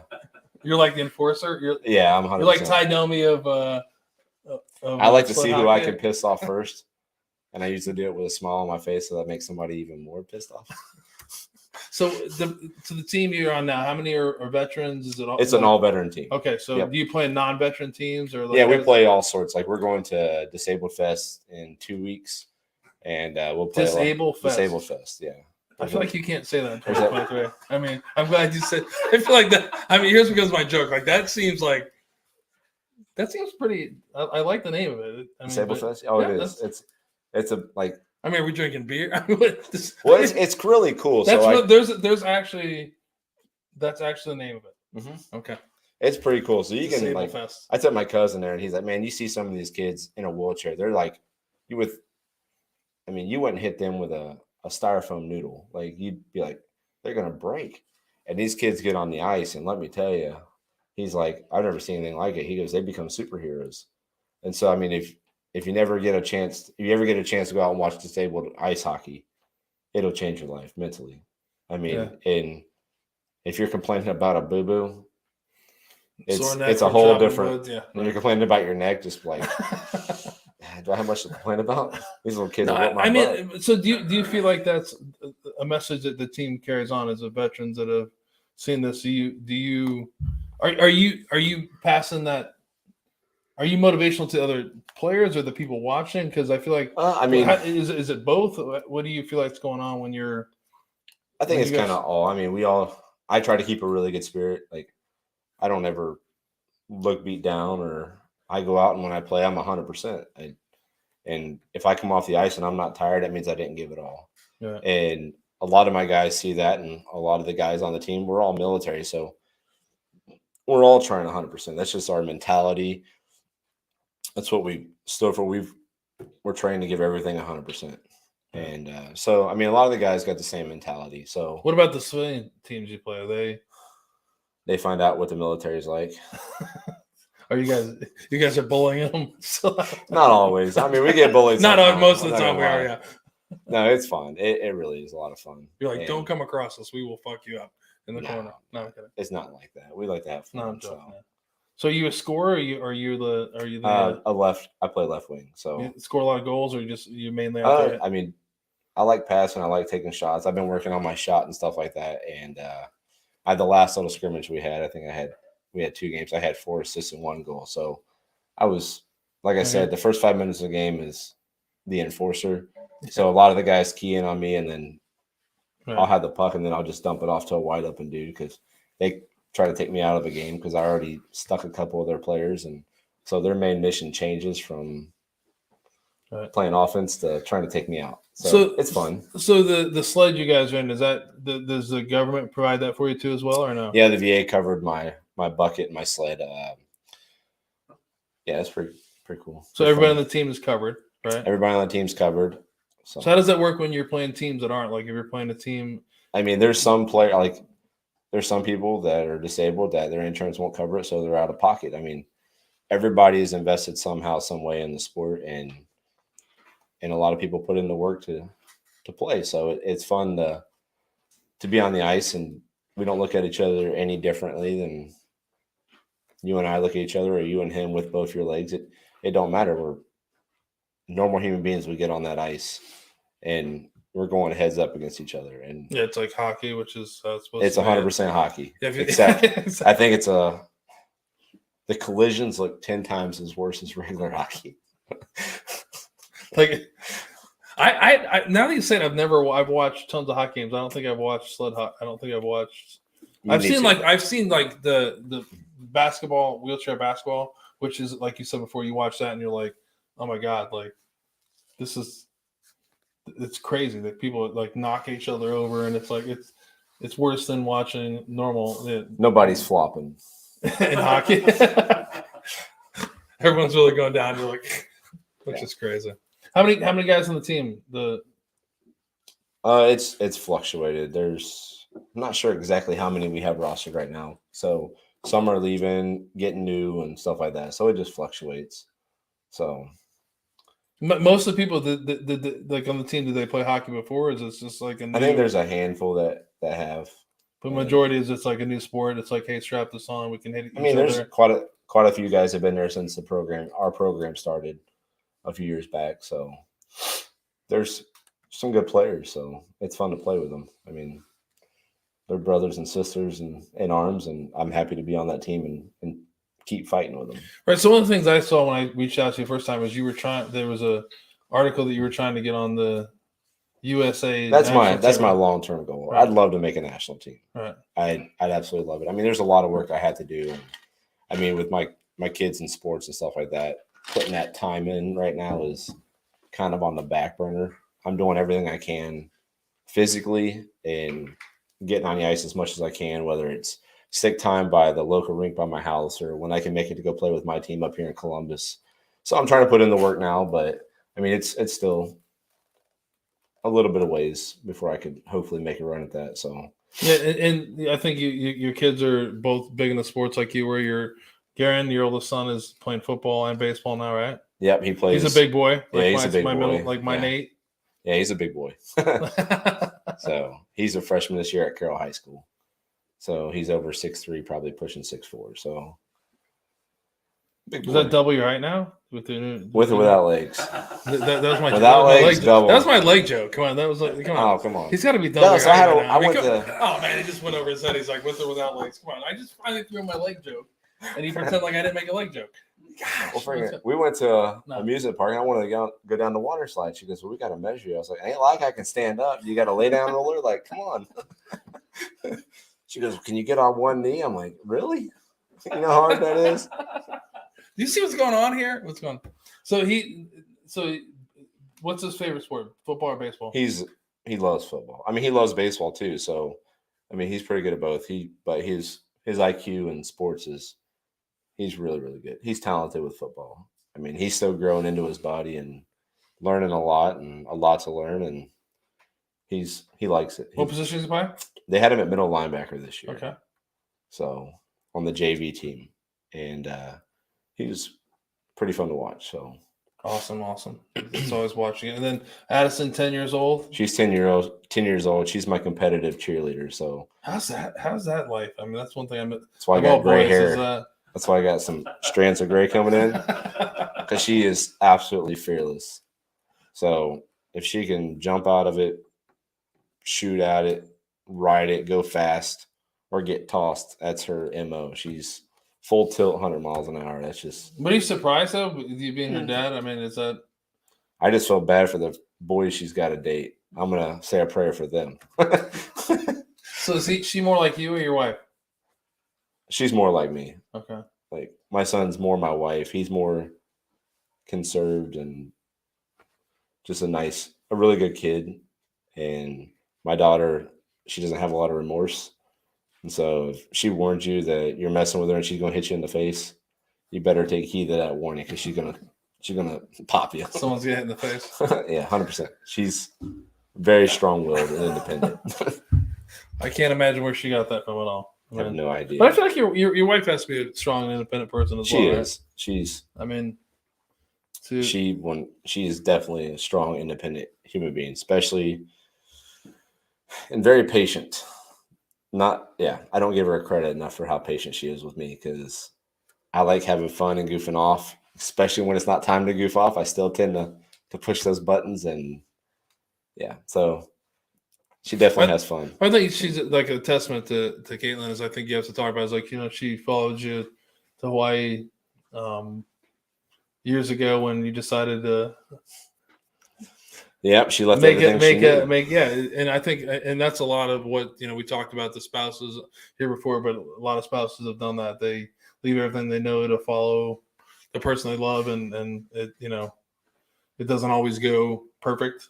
No. Most of the time, it never goes perfect.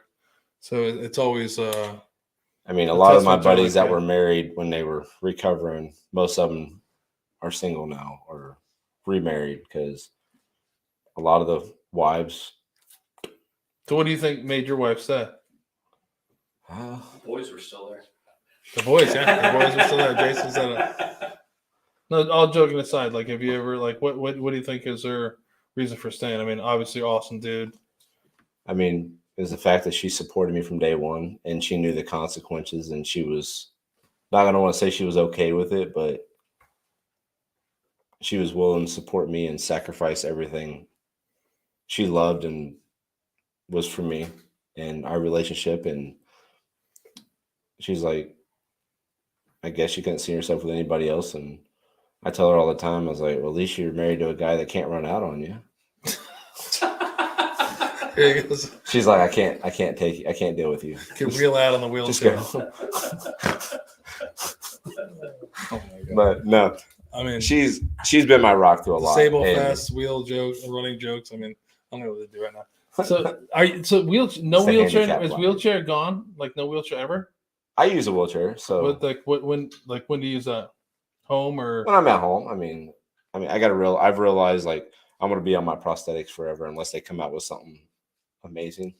And so when I can give myself a break, I try to take a break. And I've been dealing with some leg issues over the last 6 or 7 months. Like, they just been battling with swelling and stuff like that. So I've been in my wheelchair a little bit more. But you think you push yourself more than you ever use a wheelchair in public? Yeah. Okay. Yeah. Like if we're doing places where it's a lot of walk-in or something like that, I'll pop in my chair and whatnot. So do you feel like you could do that more often? Or yeah, I could. I don't always. Why don't you want to? Stubborn. I just hard-headed and you hurt yourself some more to. Why is that? Why do you think that's? I'd rather be upright, because if I have to kick somebody's butt, I don't want them to feel bad by getting their ass kicked by somebody in a wheelchair. Run them over the wheelchair and the slide. But no, I just like being upright, and I like speaking to people eye to eye. I hate being down in a wheelchair. It's just not me. I know there's sometimes when I got to use it, and I'm okay with that. And do people treat you differently in the wheelchair than on prosthetics, or what do you think? They open the door more for me, but no, I mean, not really. A lot of people. We're trying to be serious. The serious. Every time I throw a serious question, you always. I'm sorry. I like to bring humor into. But we're like, do you feel like you're treated? Is that part of it, or like you want to? Be. I mean, a lot of people don't realize, and I like that a lot. A lot of people don't realize I don't have legs. if I'm in public, like if someone comes and just randomly talks to me or say they look down and they take a double take, and I like that feeling. Like, so the first, let me rewind way back. So the first time I went out in public in my wheelchair after getting blown up, first time ever getting in civilian, I told my wife, I was like, I'm ready to rip the Band-Aid off. She goes, what do you mean? I was like, I'm ready to get seen in public. My hands were in big cotton ball casts. Looked like I just got into a bar fight, face all busted up. I think I had 187 stitches in me and then 11 rods in my hand. So I was like, I want to go out in public. And we went to the mall over in DC. I forget the name of the mall. And we weren't in the mall 5 minutes. And this little boy walked up to me. He's probably 10 years old, 10 years old, innocent as can be. And he goes, sir, thank you for your service and your sacrifices. And at that point, I realized, I was like, that's why I did this. I did it for this young man right here who loves his country and knows that the cost of freedom is, unfortunately, best case scenario was losing my legs. Right. And I was like, that's something to live for right there. I mean, this little boy, was just the innocent looks on his face. Like, he don't understand. But I think deep down his heart did. And that's worth fighting for any day in this world, any minute. That little boy right there was worth fighting for. Right. Not that he thanked me for my service, but just he felt it in his heart because I watched his interaction with his mom. He didn't ask her what happened to him. None of that. It was, he had already knew what had happened. And he said, I'm going to go talk to that man over there. And straight to me. And I was I was more nervous then than I'm glad you didn't throw a joke at him and tell him, like, actually, I was in the military. I just stepped in front of I just stepped in front of a subway train or something. I don't know. Like, you could have broke the poor kid's heart. I feel like you're doing that. There is one instance, and I think it was the best one yet. So I was at Fort Meade. I was at the grocery store, and this young man comes over, and he goes, "What happened to you, sir?" And he was probably 7.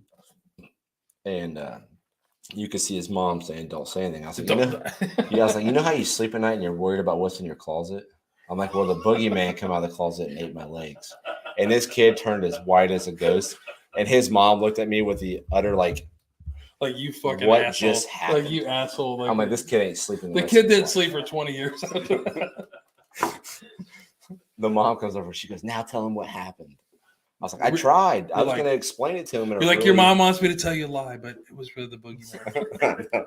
Oh my gosh. I'm like, I was going to explain to this young man, like, in a good, detailed way, not like a bad way, but just, I lost my legs fighting for this country. Like, that's all I was going to say. And then and that's the first thing that popped in my head was the boogeyman come out of the closet. I'm like, what do I say? I can't even picture that kid. Look at his parents are like, no, he's a veteran. He was a veteran. Well, look, son, I found him. Here's a picture of it. But mommy, he told me it was the boogeyman. My son went and go around my mom for months because I told him she chopped my finger off from picking my nose. Just causing trauma. I love it. Oh my God. I totally believe all these stories, by the way. That's crazy.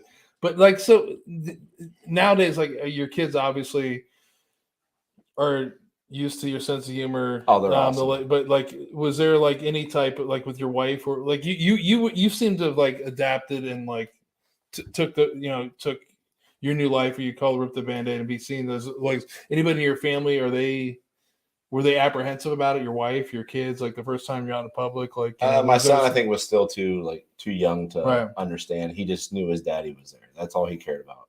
Right. He didn't see me any differently. You think they ever have seen you differently since? What do you mean, as far as they look at you like, or the attention, like, obviously. Oh, nowadays, no, they have fun with it. They enjoy it. Like, I'll wake up to go get my wheelchair, and my son would take it down to the mailbox. I'm like, "Where's my wheelchair at?" or they would hide my prosthetics, or it became a game to them. So they don't know me I as feel any like you different. deserve it. Yeah. After the whole joke of like, I feel like every joke I've ever made about the kid telling some kid that your legs got eaten by the boogeyman. That's like that kid. That kid is. How many years ago was that? Oh, that's been some years. That kid is probably still disturbed. He's probably a parent now. He's like, kids, if you hear anything, it's real. I saw a guy in the mall. He told me the truth. Oh my god. Which that's one of the things I think is amazing about you is have you accepted this? I think, like I said before, I don't know if I would have the same willpower or the like the lack of vanity to be like, hey, this is my life. And I mean, I think a lot of people don't. So it's a testament to you.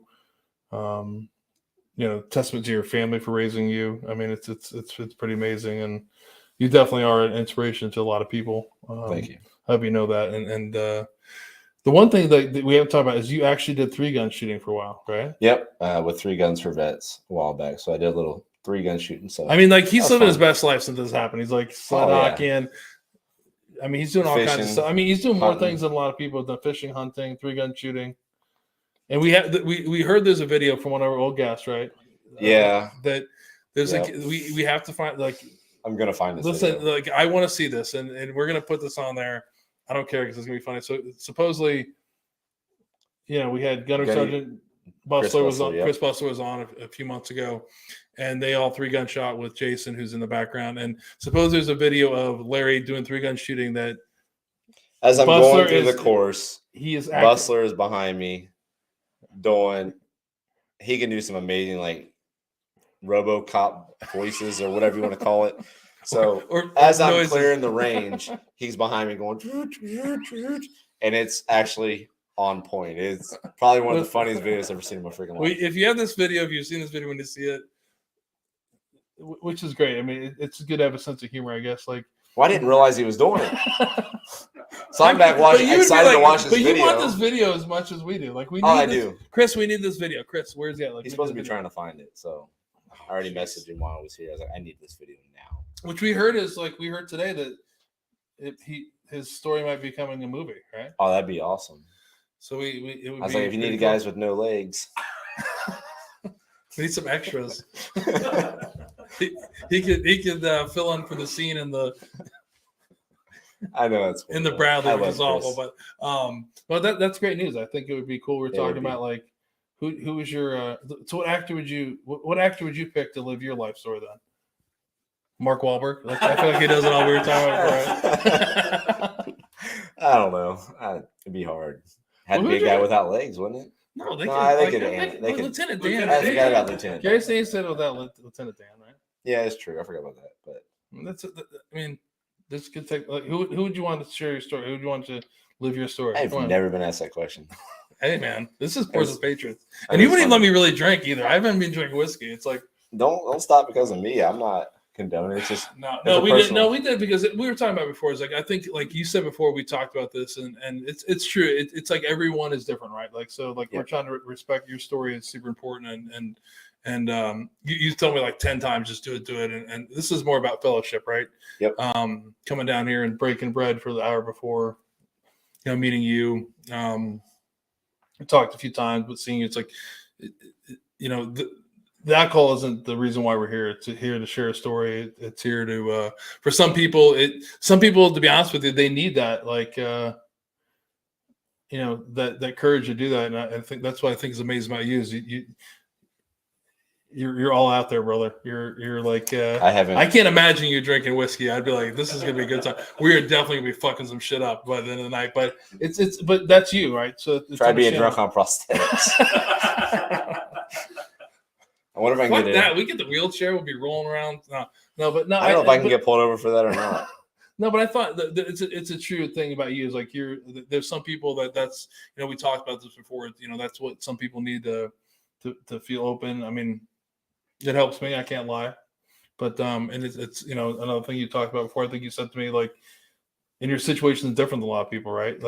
All joking aside, you have a few too many drinks, your kids are younger, If you have something else that you have to like get into. All jokes aside, you have to get into a wheelchair or put something on, and you may not be there from then, and that could be a bad thing. So I can respect that 100%. If I was drunk and something were to happen to one of my kids or my wife or something like that, and I couldn't get to him, I don't think I could, and I could have changed the outcome or saved a life.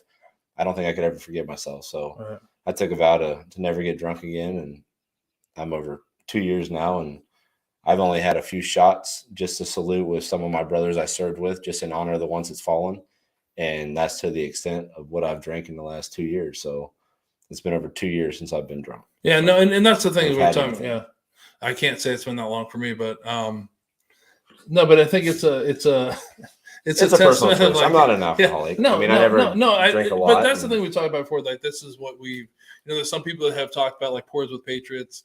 This is, it's a, it's an end that we have to an industry that helps support, what our cause is, but it's not the reason why we do this together. I mean, it's more of like the food before the fellowship. I'm getting to meet people that we've never met before. But back, you keep trying to divert this question. So who is the actor that you would pick to tell your story?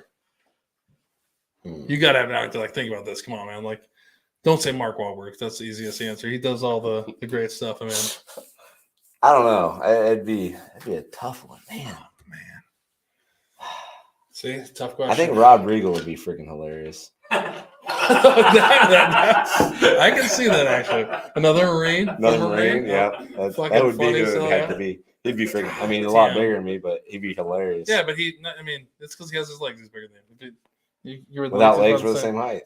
Yeah, a former Marine though. He's a former he Marine. is. Or a Marine. Lieutenant Colonel. Yeah, he's a Marine. Yeah. Wasn't he a pilot? He's an officer. So. He's like, I mean, no. That's a good pick, by the way. That's a great answer. That's a great pivot answer. Could you imagine? He's hysterical. I think. He's hilarious. Yeah, and it's great to see people like him that that serve their country and is. Could you imagine him being your BC commander? God. But was he in though when he was an actor though? I don't think he was in. I'm sure he's been funny though. But I'm sure he's been funny his whole life. Yeah, but you say that sometimes with comedians, like famous, like real comedians, they're not funny all the time. That's like their shtick, right? So his personality, though, as you see, I guarantee you that dude has been funny the whole time. Yeah, but how do you make lieutenant? If he was like that, there's no way he makes lieutenant colonel in the Marine Corps, though, right? I mean, you guys are like dead serious. He seems like he's. I think he's the guy that could get around the always screwing with somebody, but able to get around it. Like, I think we need to push him. We need to find his agent. We tell the story. It'll be great. We can see him out on the sled hockey. That's my new mission. We're gonna switch the whole thing of Pours with Patriots to get you a movie, especially if Buster gets a movie. We gotta get you a movie I don't need a movie. If he's the guy in it, this is gonna be perfect. Can you imagine though? I mean, he's a little older than you. I can see it though, but they got makeup. We can do some stuff. Yeah, they can do some stuff. So, but no, it's been a fun experience. So I mean, with everything that I've went through and getting to meet you guys and hang out, and it's been awesome. So I'm glad I got to share the story with you guys. Yeah, I'm glad I came across the article. That's one of the things. The first time we talked about it, the media, they were like, "This guy's going to the U.S. national team." I'm like, "Holy crap, he's in the area. We got to reach out to him." And you were like, "Well, I'm not that good of a hockey player yet." Yeah, I'm working on it. They kind of taking that. Did we watch the same video because they were like, "This guy's good." No, it's great. Like, the second thoughts, we don't want you on the thing. I thought you were going to be on the national team. No, okay. I want to. That's my long-term goal. So, one more thing to talk about before we go. We're getting close to that thing, the end of the show here. But there's a video I posted with you and your wife were talking about the homes for our troops. So, did you guys receive a home or get something modified? Yeah, what's the connection to that? Because I assumed it was, but yeah, can you talk a little bit about that? Because I don't think a lot of people know about that. Yeah, Homes for Our Troops built our house in Fairborn, mortgage free. They fully ADA compliant home they built for us, and after living there for 10 years, they handed us the title of the house, and it's ours free and clear. And so I don't have a mortgage to pay, and I have a place to call home and raise my family, and without the stress of having to make a payment on the house. And besides the upkeeps of the house, it's been a true blessing and a place I can live comfortably and So keep on living life. what's the process of? So we'll post that, but like, what's the process of how you guys got into that? Or So like, it came to my wife while I was actually still in the hospital, like within the week of me getting blown up, and she started the application process right then. So my wife's very, very smart and business oriented, and understands things, and she jumped right on it. And it took the 2 years to get everything lined out, the interviews, all the paperwork, and everything you have to go through for that.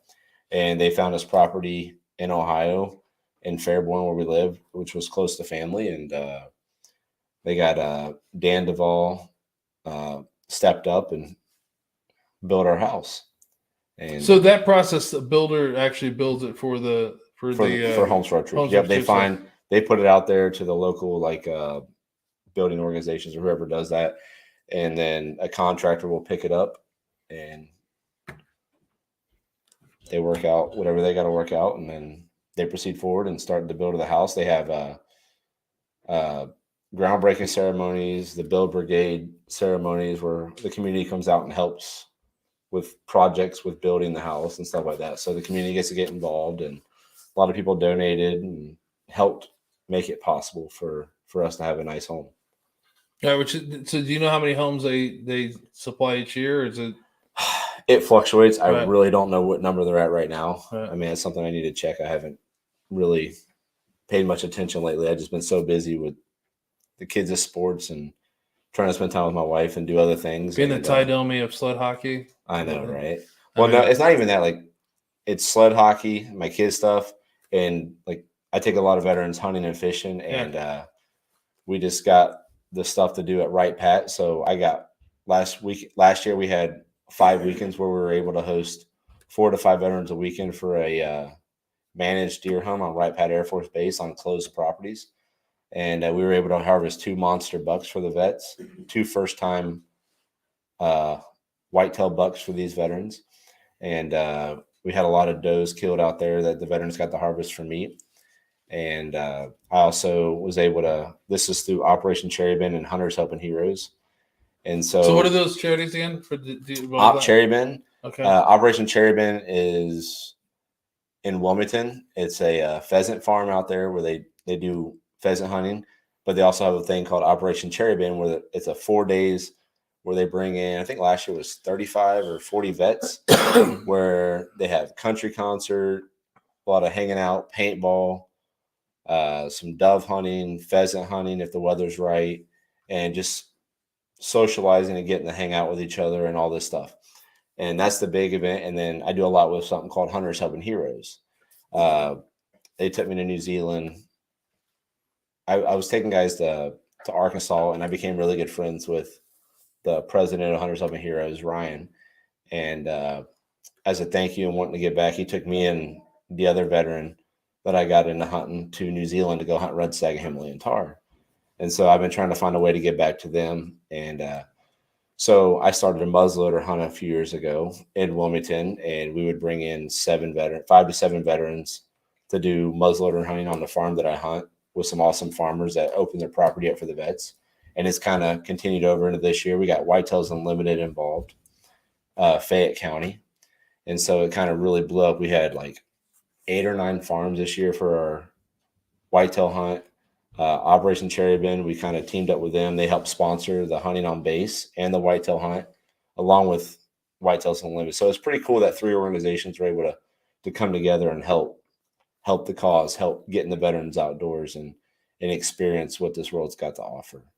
And the more we can get these guys off their phones and get them in the woods and experience life, I mean, the better. Right. And if you can share all those links with us, or if you want to post them on there, that'd be great. We'd love to post them on Course with Patriots to help out. That's definitely, whatever is helping. It is great to hear other organizations get together, and we'd love to work with other organizations to help the veterans, because that's what we're all doing this for. So, there's a handful I work with, or I help and work with. I mean, another one I do a lot with is Simplify Fund. I mean, they've helped more families than probably just about any organization I can think of, whether it's getting vehicles, home modifications, home grants, just support for the family. Like they take and that's another thing a lot of guys don't know. Like for combat wounded vets and stuff, they support the families. Like they do caregiver retreat and training for the wives to give them the support and the support groups to help them get through what they need to work through and kind of give them a little bit of training to deal with us. And so there's a lot of good groups out there for these guys to get involved with if they need support or just something to do, or if people want to give back and help. I mean, we're always looking for new farms, and these organizations are always looking for donations to help their cause. So yeah, if you share the links, we'd love to share them, and and we'll definitely post them on Pours with Patriots. And again, thank you for number one for your service. it's my honor. It's honored to be sitting with you. Thank you for your sacrifice. There's sitting with you makes you really self-reflect on what your sacrifice is to the nation and the cause, and your sacrifice is not only your sacrifice but your family's sacrifice. I thank you for that. Well, before we get to the difficult part of the thing, I think we'll end with we'll go with the Marine Corps quote first, the next Marine Corps quote, then the difficult task. Or what do you want to do? You get to choose. We're gonna go.